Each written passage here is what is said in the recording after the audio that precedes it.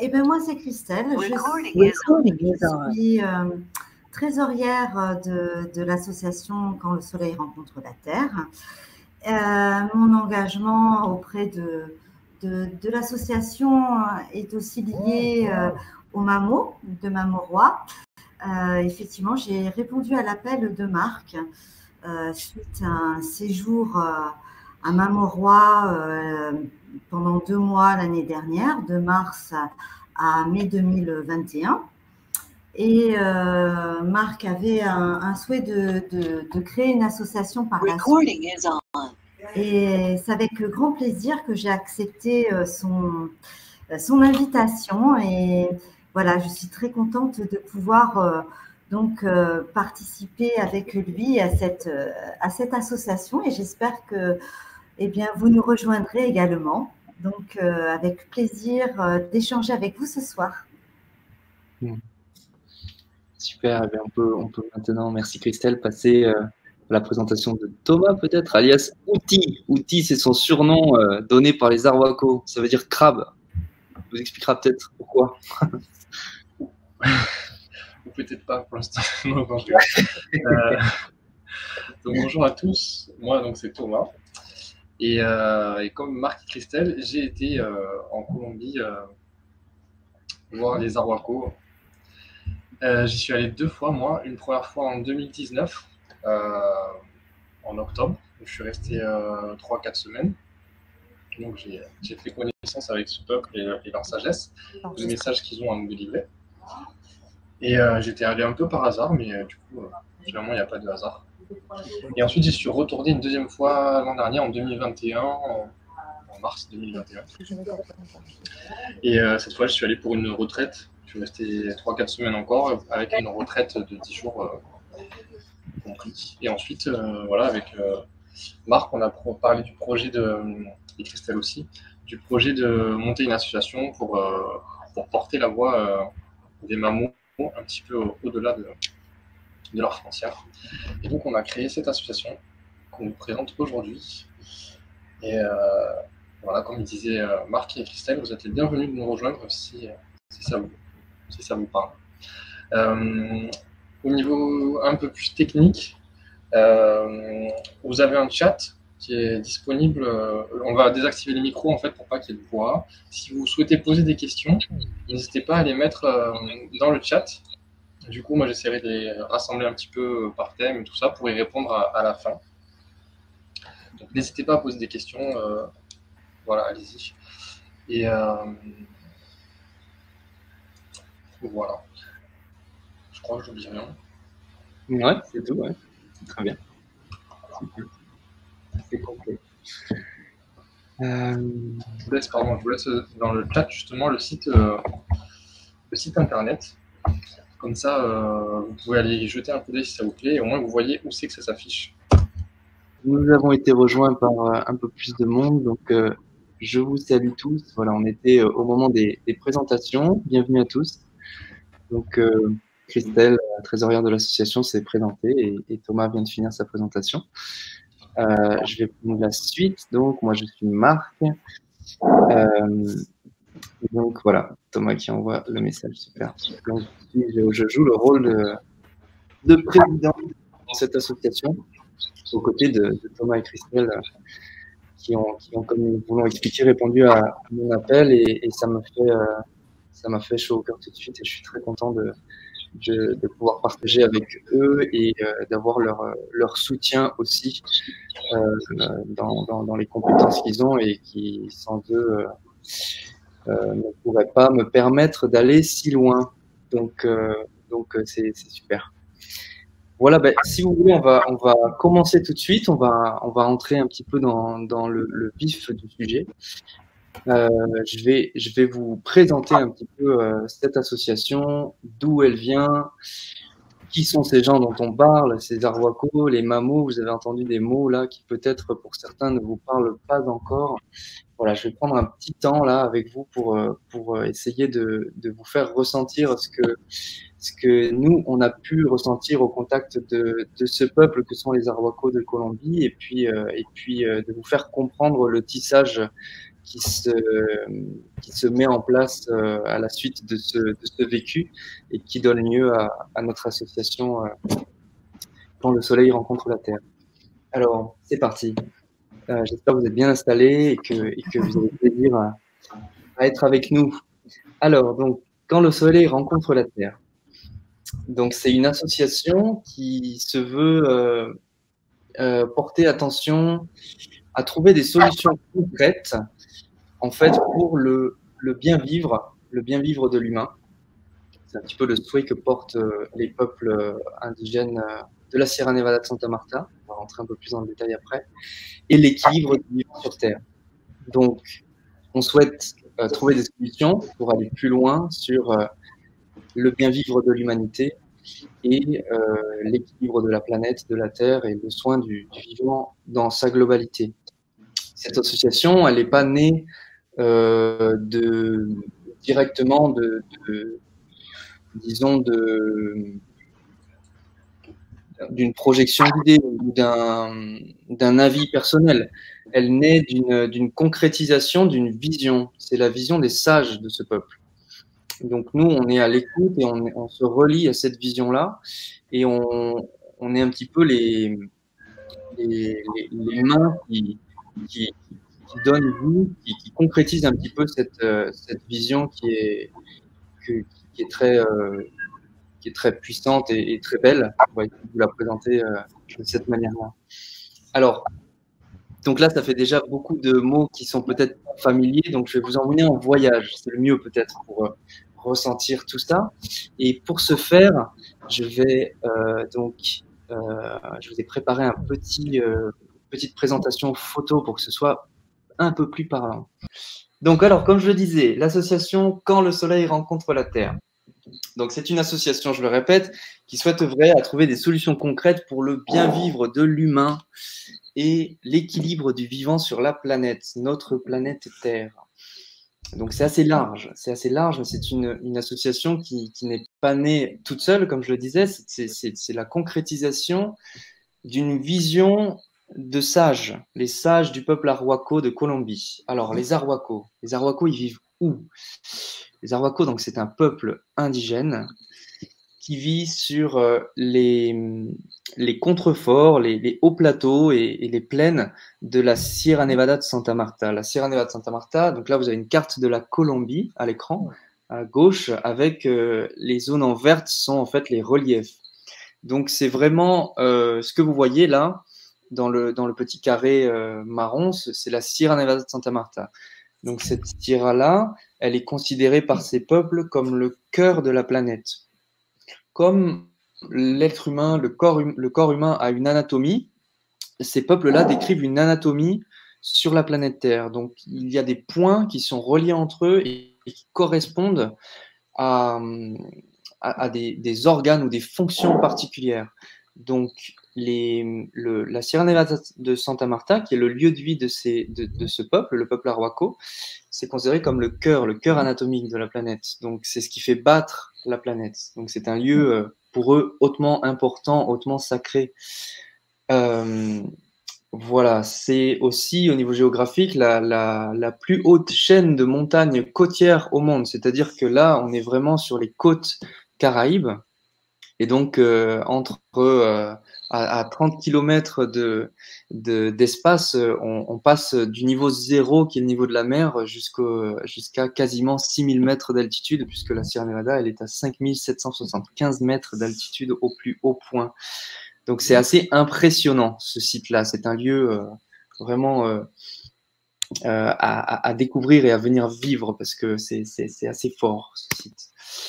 Alors, si on fait un zoom avant maintenant sur cette Sierra Nevada, donc là c'est la carte de la Sierra Nevada de Santa Marta, on reconnaît ici une ligne noire. Donc, cette ligne noire, elle est appelée la Línea Negra en espagnol, et donc c'est le territoire ancestral, traditionnel des peuples indigènes de la Sierra Nevada de Santa Marta. Alors en réalité, on vous parle ce soir des Arhuaco, parce que c'est les personnes avec qui on est en lien, c'est les personnes avec qui on a tissé cette coopération et ce vécu fort. Ils vivent en fait au centre de 3 autres peuples. Ils sont 4 en tout dans la Sierra Nevada de Santa Marta. Donc, rapidement, il y a les Arhuaco, ensuite viennent les Kogi, les Kankwamo et les Wiwa. Et donc, les 4 vivent ensemble et quand ils se décrivent, ils parlent d'être en fait les 4 pieds d'une même table. Et s'ils venaient à manquer un pied ou bien qu'un pied devenait bancal, l'équilibre serait rompu. Donc ils vivent c'est pour exprimer le fait qu'ils vivent en cohésion, qu'ils vivent en harmonie. Ce sont des peuples qui sont pacifiques et qui sont vraiment habités par ce souhait de bien vivre et de vivre pour longtemps encore sur Terre. Donc de vivre en équilibre. Ça paraît comme ça hyper léger, super simple, mais ça a des implications qui sont extrêmement profondes. Et on va aller un peu plus en avant. Donc plutôt que de vous parler un peu de leur qualité et d'épiloguer, j'avais envie de vous montrer des photos parce que je trouve que ça montre bien les êtres qu'ils sont. Et sur leur visage et sur leur manière d'être se décrivent très bien leur qualité, ce qu'ils sont en fait au plus profond.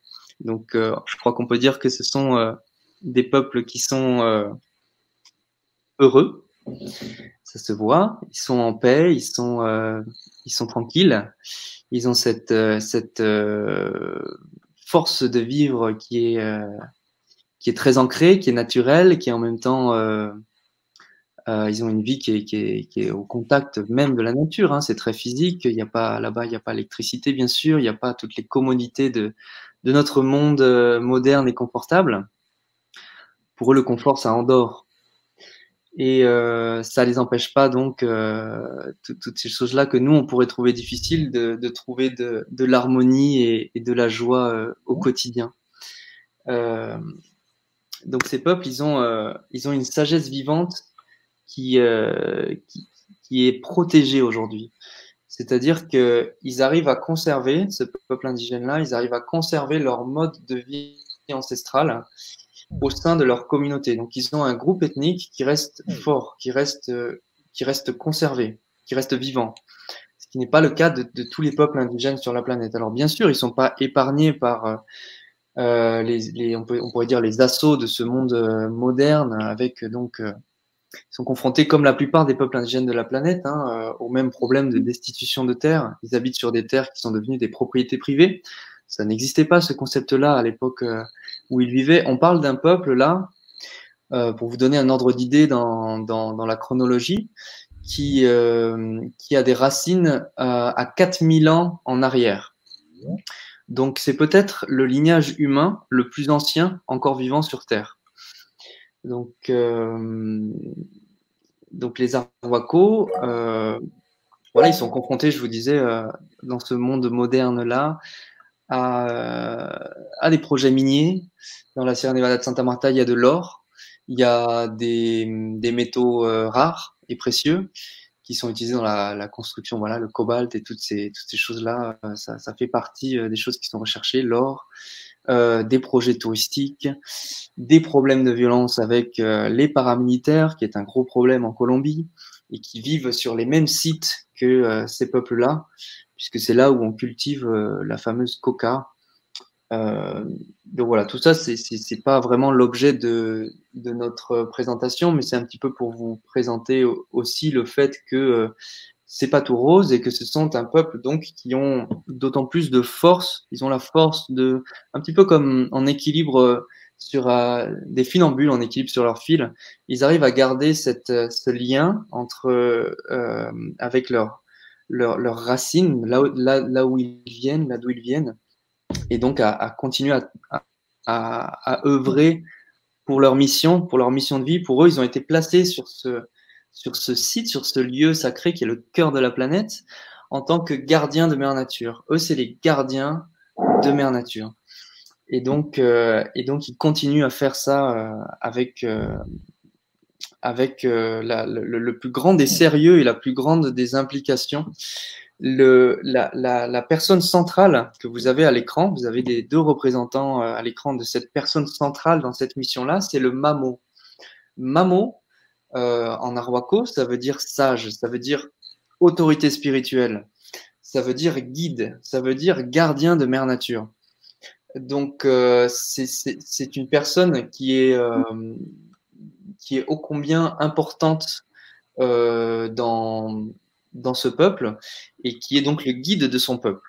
Elle est détentrice d'une connaissance du fait de son cheminement. Depuis très jeune, elles apprennent, ces personnes-là, ces mamos, à se connecter avec le vivant, à pénétrer à l'intérieur de ce ressenti des lois de la nature et à se faire les traducteurs les plus, je dirais, les plus épurés, les plus directs, les passerelles entre les lois de la nature et puis leur peuple et plus loin leur zone d'influence plus large, l'humanité, l'humain.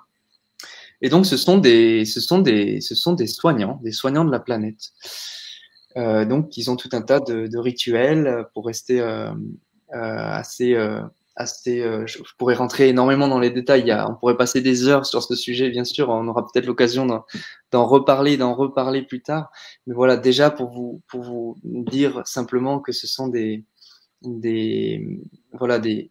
soignants qui ont une connaissance ancestrale et qui leur permet d'agir directement sur l'équilibre de la planète. Et ils ont aussi en seconde partie qui est très très importante pour eux et dans leur cœur, c'est ce souhait de partager un message d'éveil à l'être humain, un message d'éveil aux petits frères. Pour eux, ils se voient comme des grands frères. Ils sont nos grands frères. Et nous sommes les petits frères. Pourquoi ils sont grands frères? Ils sont grands frères parce qu'ils ont cette responsabilité face à cette connaissance qu'ils ont des lois de la nature. Et ils ont ce souhait de partager comme à leurs petits frères, donc au reste de l'humain, la manière de vivre en harmonie avec ces lois-là. Voilà un petit peu. Donc, en fait, le mamo, donc, comme je vous disais, et plus largement les arwako. Donc les arwako, c'est le nom du peuple, je le répète, et puis les mamos, ce sont les sages de ce peuple, les guides spirituels de ce peuple. Tout ce beau monde-là vit en harmonie avec les lois de la nature. Alors on va s'arrêter un petit peu sur ce terme-là. Qu'est-ce que c'est loi de la nature? Qu'est-ce que c'est une loi? Parce que je trouve qu'aujourd'hui, dans nos sociétés, on a perdu le sens profond de ce qu'était une loi, ou bien c'est voilé par tout un tas de concepts et idées qui viennent brouiller un peu les pistes. Une loi, on peut le recontacter en parlant de science. Quand en science, on parle d'une loi, un théorème, n'importe quoi, c'est issu de l'observation de phénomènes naturels. On observe le vivant, on regarde comment ça se passe et on en tire des constantes, des choses qui sont universelles, qui ne bougent pas, qui sont toujours présentes telles qu'elles sont et ça fonctionne de cette manière-là. C'est la règle, c'est comme ça, on n'y peut rien. C'est comme ça que ça fonctionne et on est bien obligé de le constater et quelque part, on ne peut pas aller contre ces lois-là. Donc, c'est la description du naturel, du vivant, de comment est construit l'univers, comment est construit notre monde, comment est construit le milieu sur lequel on vit là. Donc, c'est un peu la compréhension du vivant. Pour les arwako, une grande partie de leur vie, elle est destinée à la conservation du lien avec ces lois-là. C'est-à-dire que ils ont cette connaissance du fait de leur grande sensibilité, de leur grande observation, ils ont tout un tas de sens qui sont très affûtés, qui leur permettent d'aller beaucoup plus loin que nous dans cette vision d'ensemble de ce qu'est le vivant. Par exemple, pour eux, dans leur langage, il n'y a pas de mots. D'ailleurs, ils trouvent ça très curieux. Il n'y a pas de mots pour exprimer le concept que nous, on a, le concept d'environnement, comme quelque chose sur lequel on marcherait, qui serait extérieur à nous-mêmes et qui n'aurait pas de vie propre. Pour eux, ça, c'est complètement étranger. Ça leur parle pas du tout. Et dans leur conception des choses, les mamos, donc je vous parlais d'anatomie un petit peu avant, Ils décrivent donc, en rituel avec l'humain, en rituel avec la nature, ils décrivent donc l'anatomie du vivant. Ils parlent des os, ils parlent de notre sang, ils parlent de la peau, des organes et de toutes ces choses-là. Et ils décrivent aussi l'anatomie du vivant, de la nature. Et ils ont trouvé, ils ont cette connaissance d'une cartographie qui relie l'humain à la nature. Et pour vous en donner quelques exemples, pour eux, l'eau sur Terre, les rivières, elles sont reliées au sang dans notre corps. Et puis les pierres, elles sont reliées à nos os. Et tout ce qui est de l'ordre du règne végétal, les arbres, les plantes, sont reliés à nos poils, à tout ce qui est le système capillaire, le système, voilà, les cheveux. Et en fait, tout ça, ça a une implication très forte dans leur manière de voir les choses, c'est-à-dire que pour guérir le vivant, pour prendre soin de Mère Nature, parce que je le rappelle, c'est leur objectif premier. Eux, ils sont là pour prendre soin de la planète, prendre soin de Mère Nature, du vivant dans son ensemble.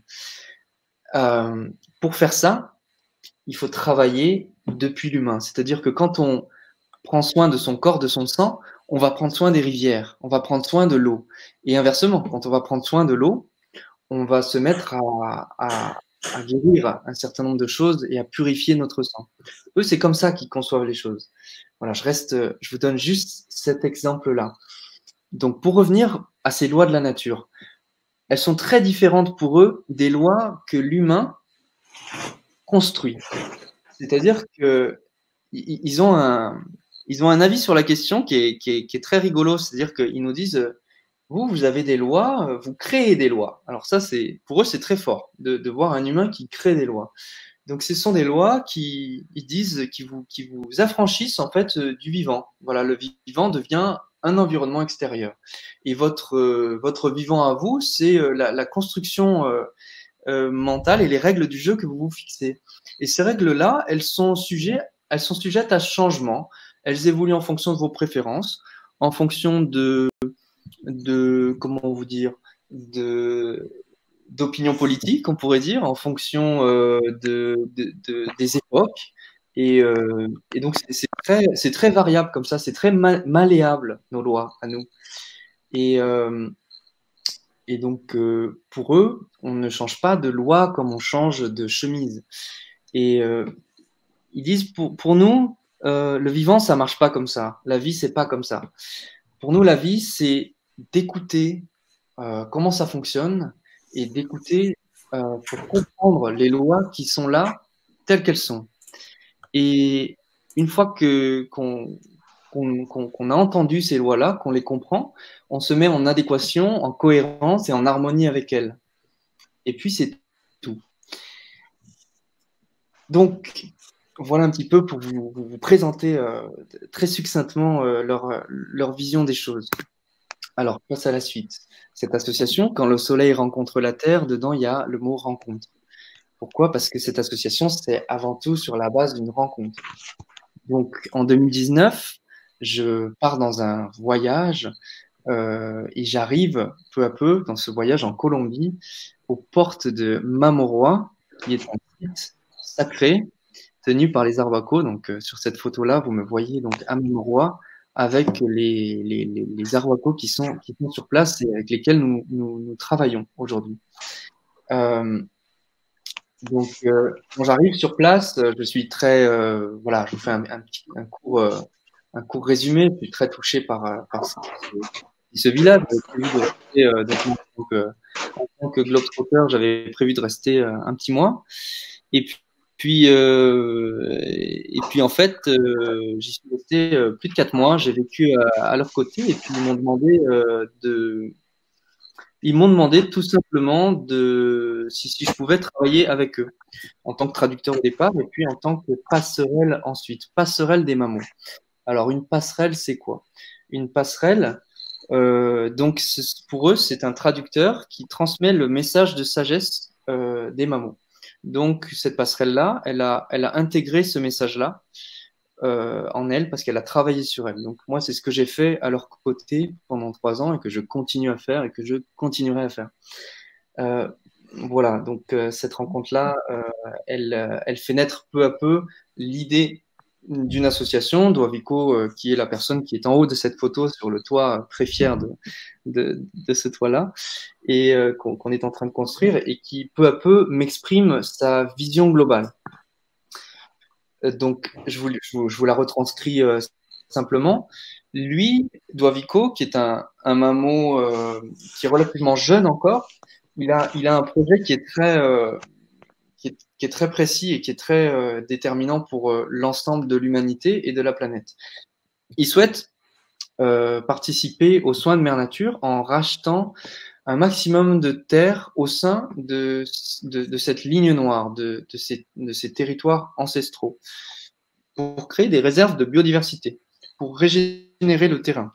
Il y a beaucoup de terres qui sont tenues par des fermiers qui sont arrivés là après la conquête espagnole et qui en ont fait des pâturages, qui en ont fait des monocultures. Et donc, c'est des terres qui sont beaucoup déforestées. Et donc, Doico, ils souhaitent racheter un maximum de ces terres qui leur appartiennent ancestralement et créer en fait des réserves de biodiversité. À l'orée de ces réserves-là, construire des villages qui seraient des villages donc arhuaco traditionnels sur lesquels s'expriment donc les lois, le mode de vie traditionnel de ce peuple-là. Et donc, ce seraient des villages qui seraient aussi des dispensaires de la nature. C'est-à-dire que les arhuacos se placent sur des points sacrés, comme des points d'acupuncture sur la terre, qu'ils appellent des sites sacrés, et sur lesquels ils peuvent agir pour prendre soin de la nature. Comment? En faisant tomber la pluie, en travaillant à ce que les récoltes soient bonnes, et en faisant tout un tas d'ajustements sur les connaissances qu'ils ont avec l'anatomie de la nature. Et sa troisième particularité, donc cette troisième partie de cette vision de Doavico, c'est de créer des sites interfaces, des lieux de rencontre à l'extérieur de ces frontières ancestrales, parce qu'il n'est pas question de venir perturber cet écosystème fragile de ces indigènes-là qui arrivent à conserver en fait leur manière de vivre avec beaucoup d'efforts. C'est beaucoup d'efforts, c'est beaucoup de discussions, de sagesse. Et donc, ce truc-là, ça se protège chez eux, en eux, avec eux. Et à l'extérieur de ces terres-là, donc, ils souhaitent, c'est ce qu'ils font à Mamoroi, donc le lieu que vous voyez sur la photo, créer des sites d'accueil pour les petits frères de l'humanité, donc les Occidentaux, nous. Ces sites-là, ils sont dédiés à la transmission de leur message, qui est un message d'apprendre à les clés pour vivre en harmonie avec les lois du vivant. Ils transmettent ça à Mamoroi. C'est leur but sur ces sites-là. Donc, moi, c'est là que je les ai rencontrés, c'est cet endroit-là. Alors, maintenant, on va passer un petit peu aux objectifs de notre association. Donc, vous l'avez compris, cette association, elle est très reliée, elle est directement en lien. Et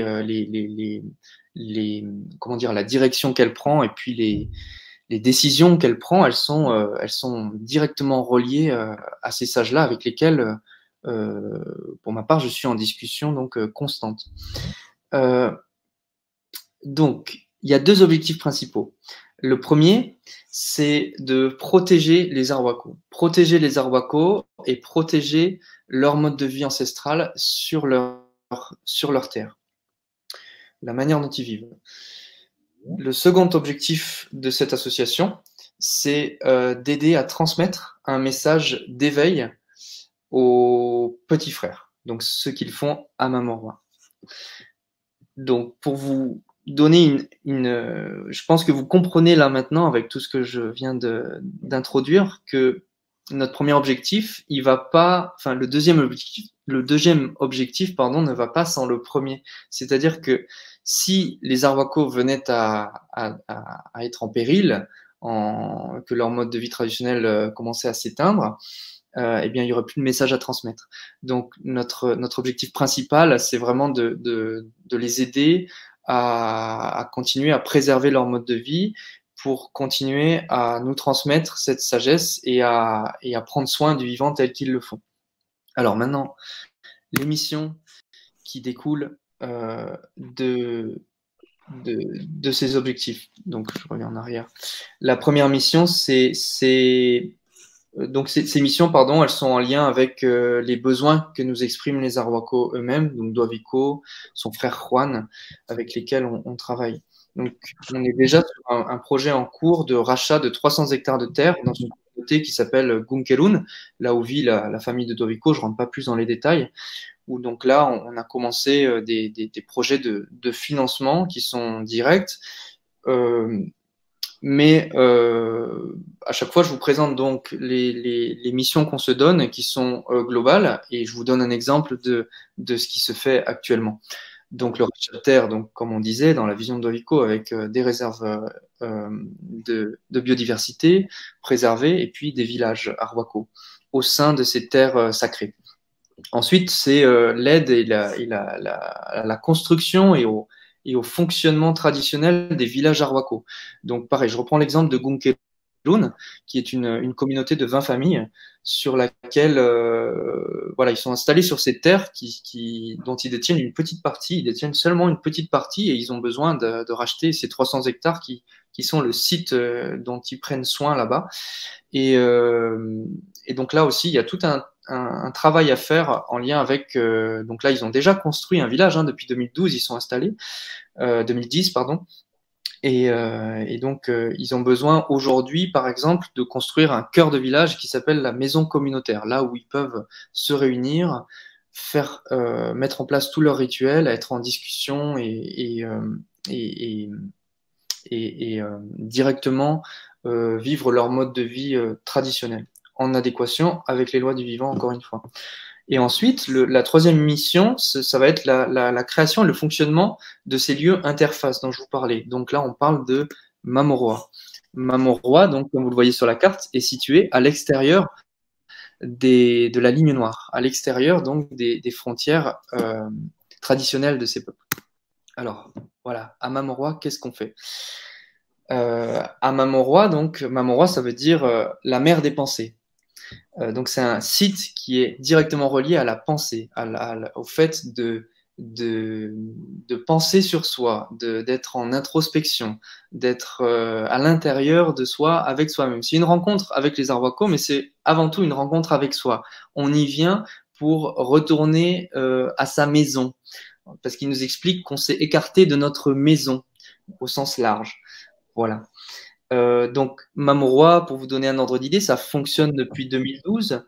Doavico a porté ce projet-là de lui-même, et quand je suis arrivé, il m'a exposé son projet global qui comprend donc un projet de volontariat, l'organisation de retraites spirituelles qui sont guidées par les mamos, et puis la possibilité d'arriver sur site en tant que visiteur.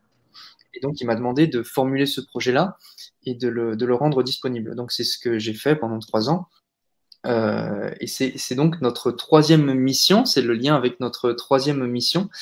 Je vous passe aussi petite diapo sur ce qui se passe à Mamorua. Donc, on y travaille, on est avec les Arhuaco, et puis on reçoit leurs enseignements, on travaille avec eux et on vit plein de belles choses. Et donc, voilà, c'est cette dernière mission principale qu'on se fixe à quand le soleil rencontre la terre, c'est d'être une passerelle entre ce peuple-là, les Arhuaco, donc plus précisément, donc ces gens-là avec qui on travaille, donc les Arhuaco de Mamorua, et puis l'Occident, les petits frères. Donc ça, on le fait à travers, donc depuis 3 ans, la création d'un site web qui est aujourd'hui trilingue.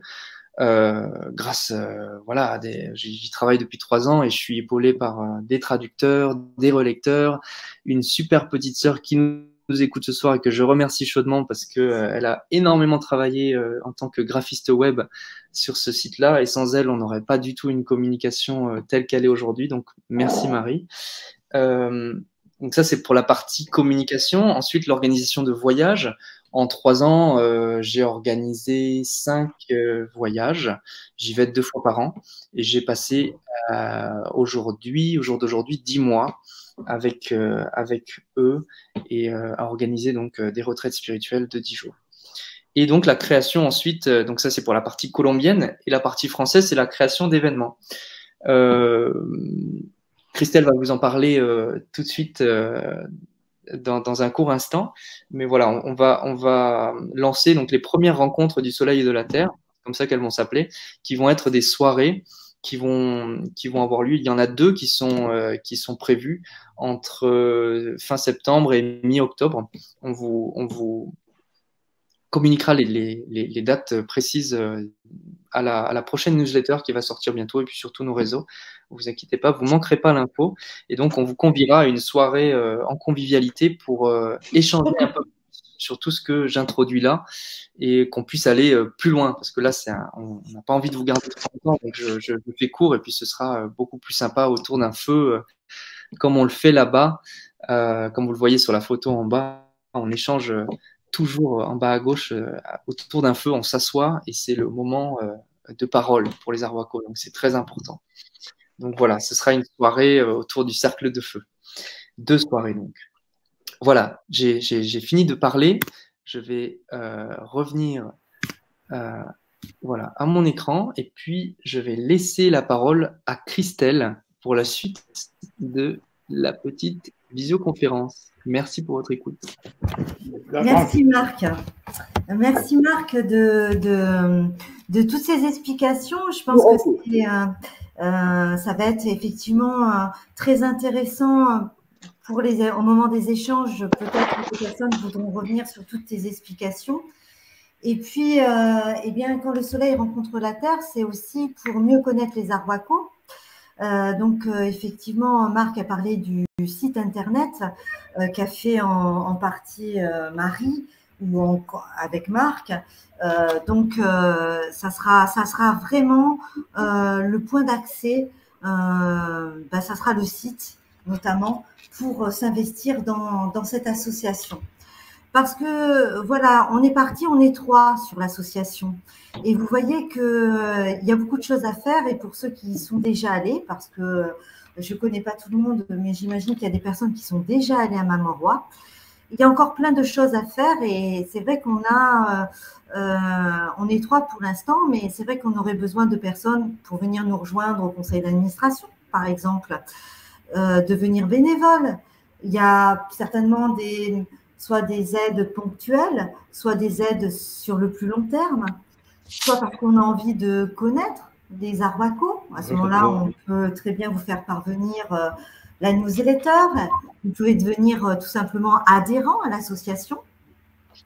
Et puis, voilà, on a envie de mettre en place des actions. On voit bien, Marc a parlé de ces rencontres, de ces feux. Donc, effectivement, si vous avez un lieu à proposer pour nous recevoir, on est preneur. On aurait aussi besoin de personnes, comme on dit, qui puissent aider à préparer, à organiser, à recevoir, ce qu'on peut appeler des petites mains, mais c'est souvent des grandes mains, parce qu'on a besoin aussi des personnes qui pourraient nous aider à organiser ces feux sacrés. On aurait besoin, il y a des choses, hein, Marc a parlé aussi de l'investissement de Marie, de traducteurs. On aurait aussi besoin de compétences techniques, encore plus sur peut-être des photographes, des personnes qui s'y connaissent bien dans les réseaux. Alors, il y a déjà des personnes qui gravitent autour de Marc, et s'ils sont présents, merci à vous déjà. Mais voilà, il y aurait peut-être d'autres personnes qui auraient envie de proposer ces compétences techniques-là. Marc a parlé de traducteurs, mais on peut parler aussi de correcteurs également. Donc, vous voyez que c'est multiple, toutes ces aides. Aussi de passerelles. Peut-être qu'il y a des personnes qui auraient envie de vraiment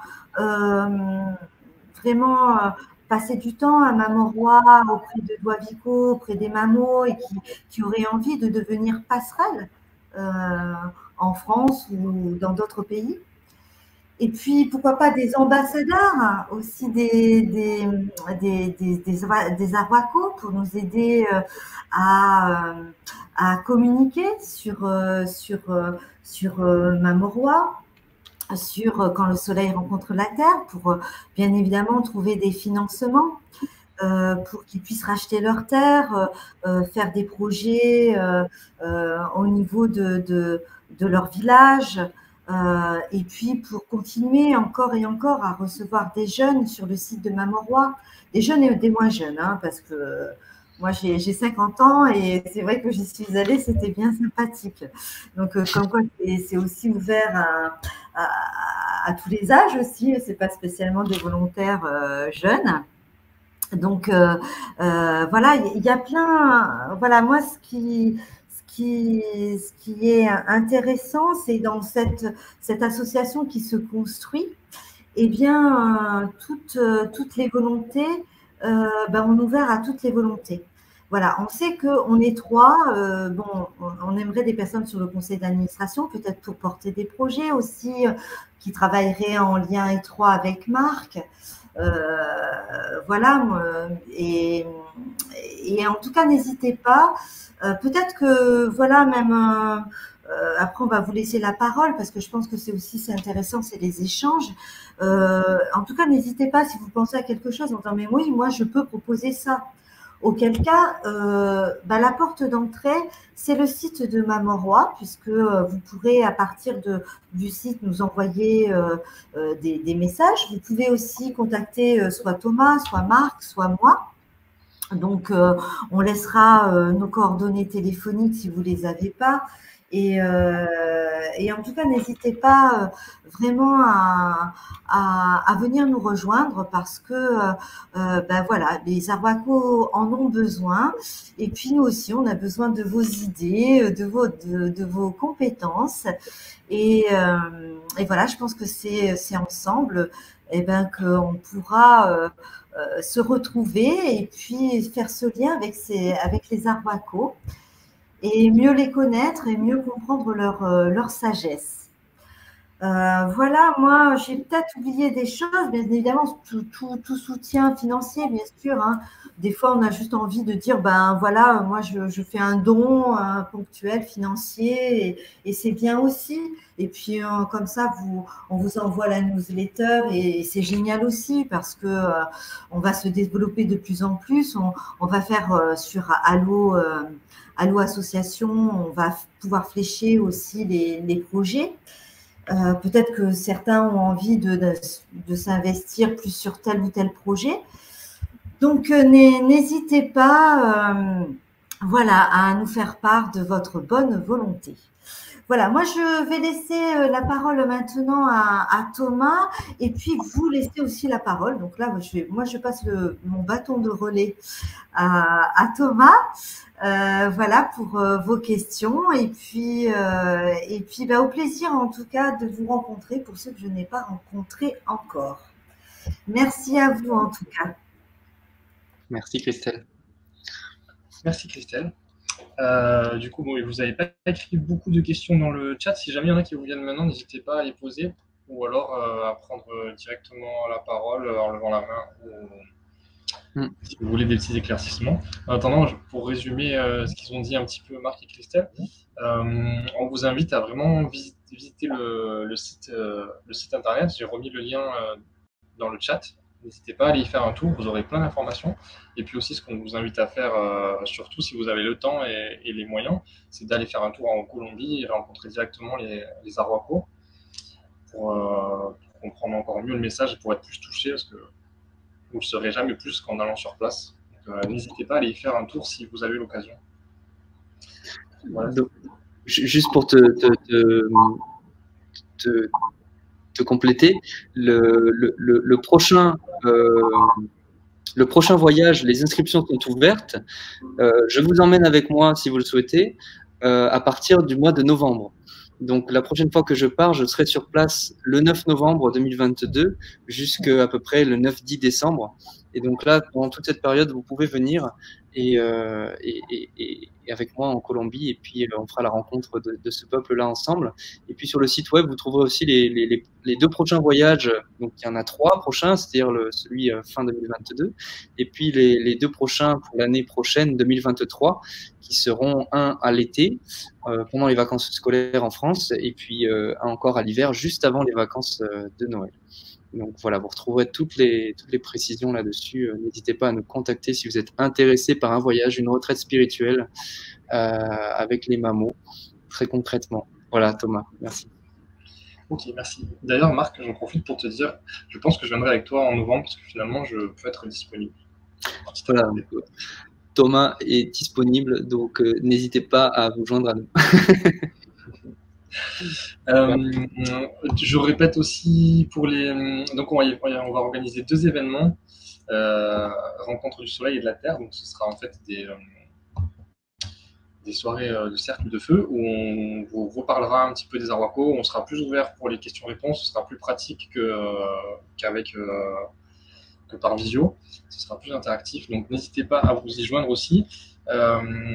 Les dates, comme Marc a dit, ce sera en fin septembre, sûrement dans le Vaucluse, et en mi-octobre, sûrement en Ardèche. Donc, on vous retirera les lieux et les dates. N'hésitez pas à vous inscrire à la newsletter aussi pour recevoir toutes les informations. Si Marc, tu peux marquer un moyen de joindre la newsletter, ça peut être pas mal aussi. Donc, si je suis disponible pour le mois de novembre, eh bien, pas de souci, viens. Voilà. Alors, on a une question, je crois. Je suis en train de lire une bonne partie de votre présentation. Du coup, si tu as raté une partie de la présentation, normalement, Anaïs, on a enregistré, on essaiera de le mettre à dispo quelque part. On tiendra au courant aussi. Il existe une école, pourriez-vous en dire plus si vous ne l'avez pas déjà fait? Je suis architecte spécialisé en architecture de terre et le thème m'intéresse. Marc, je te passe la main parce que tu maîtrises mieux le sujet que moi. Alors, une école, oui. Alors, il existe effectivement une école qui est une école sur le site de la communauté Gunkerun. Gunkerun, c'est une communauté de 20 familles et sur laquelle a pu être construite une école qui est, on dirait l'équivalent d'une école primaire ici. Et donc, les 20 familles bénéficient d'un programme d'éducation autonome. C'était le but de Doavico. C'est Doavico qui a l'initiative de ce projet-là et qui a réussi à créer, par le biais de. Doavico est très fort pour lever des soutiens par le biais de ses prises de contact. C'est un homme de contact, un homme de discussion et de partage. Et donc, il a réussi à faire venir un groupe d'universitaires en 2010 sur le village de Gunkerun. Donc, on parle d'un village qui est au sein de la Sierra Nevada de Santa Marta, à l'intérieur de la ligne noire. Donc, c'est sur le territoire traditionnel. On ne parle pas de la partie Mamoroa. Voilà, on parle vraiment de cette partie-là. Et donc, sur en place-là, ils ont travaillé pendant 2 ans avec ce groupe d'universitaires qui étaient des amis de Dovico et qui ont injecté de l'argent et puis travaillé avec leurs mains. Et puis, ils ont construit donc ces bâtiments-là. Aujourd'hui, l'école, elle est fonctionnelle. Elle compte 2 salles de classe complètes. Elle compte ce qu'on appelle un comedor, j'ai plus le mot en français, c'est une salle à manger, une cantine, une cuisine pour tout ça, et puis voilà, un réfectoire, merci, et puis des toilettes sèches pour les enfants. Il y a un professeur qui vient et qui donne classe, qui est payé par le gouvernement. C'est un professeur Arhuaco qui donc donne classe sur la musique traditionnelle, l'artisanat principal qui est la mochila. Donc c'est un sac Arhuaco, pareil, que vous découvrirez sur le site internet. J'en ramène à chaque voyage. Et donc là, il y a un catalogue sur les derniers que j'ai rachetés. J'en profite pour donner cette petite information-là, où il y a une quinzaine de mochilas là, qui sont encore à la vente, que vous découvrirez certainement pendant les soirées de septembre-octobre. Donc voilà, cette école-là, elle prend en compte un programme qui est autonome. Ensuite, il y a un second projet de création d'école à Mamoroa même, parce que le but à Mamoroa, donc on parle du site là où nous on arrive, qui est un lieu de rencontre, d'interface, qui est créé spécialement pour l'échange avec les petits frères de l'humanité, les Occidentaux. et où donc prennent lieu des actions, des activités de volontariat, des activités de retraite spirituelle, voilà, où des visiteurs en fait sont sur place. Il n'y a pas que les Arhuacos qui vivent là. C'est un lieu partagé, on pourrait dire. Et donc sur ce site-là, il est prévu en fait pour augmenter la résilience de ce peuple-là et de la capacité d'action qu'ils ont, parce qu'il y a tout un besoin de reforestation aussi sur ce site-là, tout un besoin de certains rituels qui se font en groupe communautaire. Donc ils veulent apporter une communauté Arhuaca complète sur place à Mamoroi, qui soit bien séparée du lieu interface, mais qui nous permettent en fait aussi de créer une école et donc d'aller plus loin sur ces projets écoliers. Je pourrais répondre Vas-y, ouais, Thomas, il y a une autre... J'ai fini de répondre à cette question. Il y a une autre question sur les soirées cercle de feu. Alors, attends, pardon. Ah, c'est bon, ça se raffiche. Alors, tac, pardon. Avec plaisir, de quelle manière serons-nous au courant des soirées autour du feu? Du coup, comme je disais tout à l'heure, c'est ce que j'étais en train de chercher là, c'était d'essayer de chercher un lien pour que vous puissiez vous inscrire à la newsletter. Marc, si tu l'as, je veux bien que tu le joignes. Je ne sais pas si ça existe. En fait, sur le site internet, sur la page d'accueil, vous allez tout en bas de la page d'accueil et vous avez un bouton s'inscrire à la newsletter. Je peux vous mettre le lien directement. Ah, c'est bon, je l'ai, si tu veux, je le mets. Bon. Vas-y. Donc là, vous pouvez vous inscrire directement à la newsletter. On vous tiendra au courant par le biais de notre page Facebook, sur le site internet lui-même, je pense, en page d'accueil. Et puis, n'hésitez pas à nous contacter. Donc là, c'est le lien pour la partie anglaise, mais si vous changez le langage, vous le trouverez en français. Et la newsletter partira à peu près à la mi-août, je pense, de ce mois-ci, donc d'ici 1 ou 2 semaines. Donc n'hésitez pas à rentrer en contact avec nous directement si vous voulez des informations.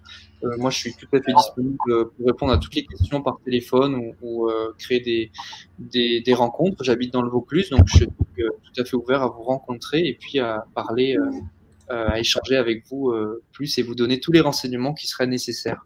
Donc voilà pour le côté comment trouver des informations.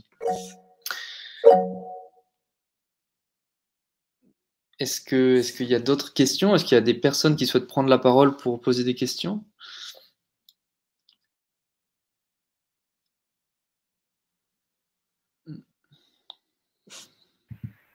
Il y a des mains levées là, je vois.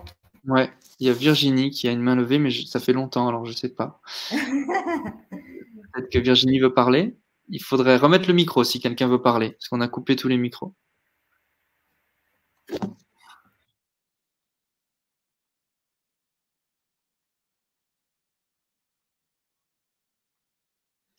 Est-ce que quelqu'un prend la parole? Je crois que Thomas a un petit souci, non, on l'entend plus. En tout cas, tu n'as plus ton micro branché, Thomas.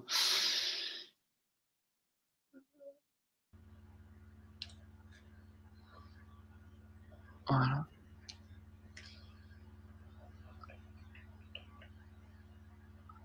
Alors, est-ce qu'il y a des questions ou est-ce qu'on est tellement fort qu'on a répondu à toutes vos questions d'un coup? N'hésitez pas à en poser. Et puis, oui, ok. Du coup, je vous disais, je ne sais pas si vous avez entendu, je vous ai remis le lien pour vous inscrire à la newsletter en français. Donc, vous allez sur le lien, vous remplissez les infos et vous recevrez les newsletters. Et ensuite, je vous disais, je ne sais pas si on peut le dire, Marc, mais parce que ça peut être encore, ça peut changer encore. Mais les dates des soirées qu'on va organiser, ce sera probablement le samedi 24 septembre et le samedi 15 octobre. Oui, c'est sûr. C'est pour l'instant sujet à modification. C'est entre ces deux dates-là. Voilà, ça va être deux samedis entre ces deux dates-là. J'ai une question sur le programme de la retraite. Ouais. Est-ce que tu peux parler du programme de la retraite en 10 jours? Est-ce que oui, je peux en parler. Est-ce que tu veux des informations en particulier ou tu veux que je ratisse large?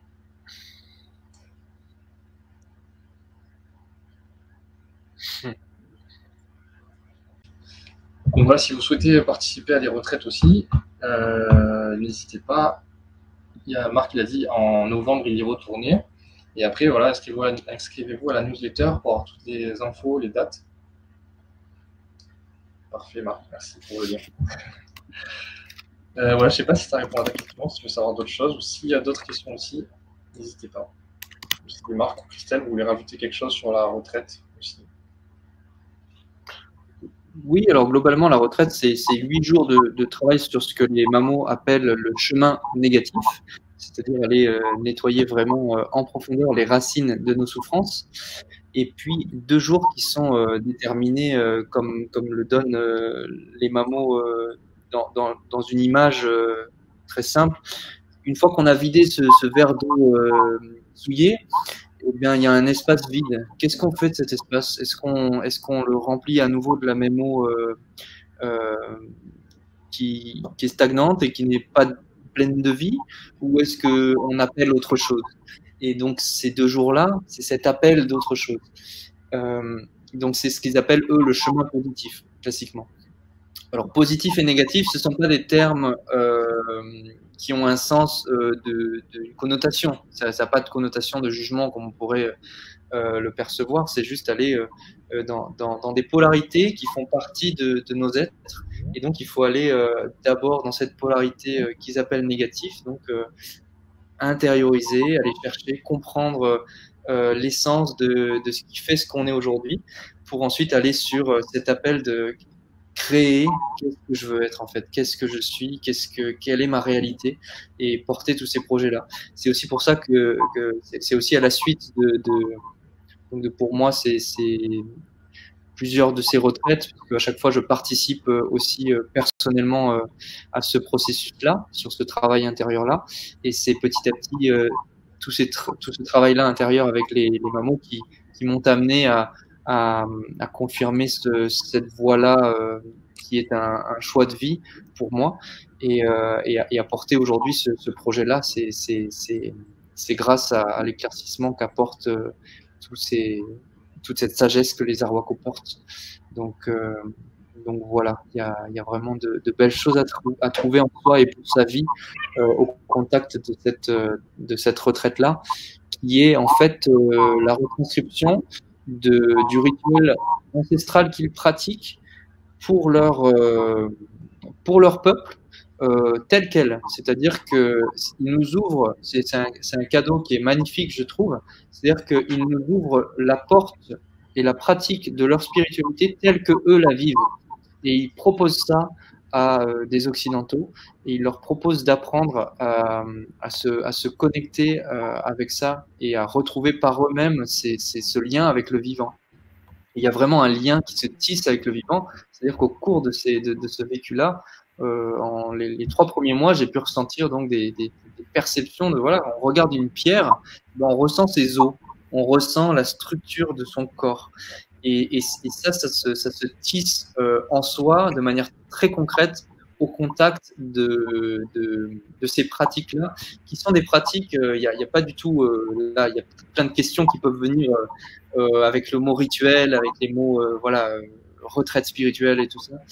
On n'est pas du tout, on va essayer d'éloigner tous les doutes qui pourraient se lier là avec ces pensées-là. On n'est pas du tout sur des retraites qui sont avec des produits, de la prise de substances. Les Arwako ne travaillent pas du tout avec ça.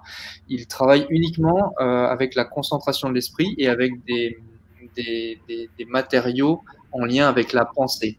Donc, ce sont des maîtres de la pensée et ce sont des guides qui nous permettent de retrouver, eux, ce qu'ils veulent, c'est nous permettre de retrouver une pensée qui est forte, qui est aimante, qui est fertile et qui est positive.